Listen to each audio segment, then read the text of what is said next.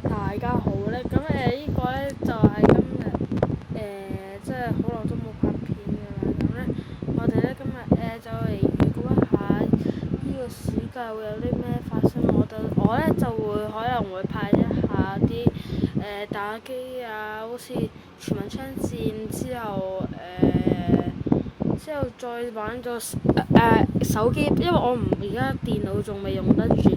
之後呢個手機版嘅Agario 啦，之後同埋最壓軸登場就係我會去呢個8月20號，我會去呢個日本嘅呢個九州縣，咁希望我真係可以即係影多啲我喺嗰邊點樣去玩啊，去買嘢啊咁樣咯，係咯。咁係咯，拜拜。